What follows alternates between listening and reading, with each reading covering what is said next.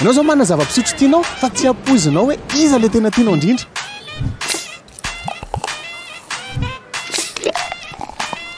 Dramana. Zao tsotra be ny kilalao antsika dégustation à l'aveugle. Diary lalao kely tsika. Mandroso eto.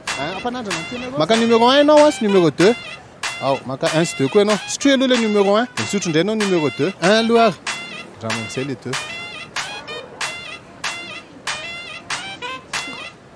Ao, iza ny tsara kokoa? Le 1 sa le 2? 1 tsara kokoa. 1 tsaratsara e. Le 1. Le numéro 1 mamy tsara. Numéro 1 tsara kokoa. Le 1 tsara kokoa. Le 1 zany tena tsara. Le 1 mamy tiako kokoa. Numéro 2 ndraiky malao tiako. Le 1 tsara kokoa. Ohatra mitovy ihany izy roa. Tena le 1. Numéro 1. 1 tsara kokoa. Le 1 tsaratsara kokoa ka. Dawa. Isa, roa, telo.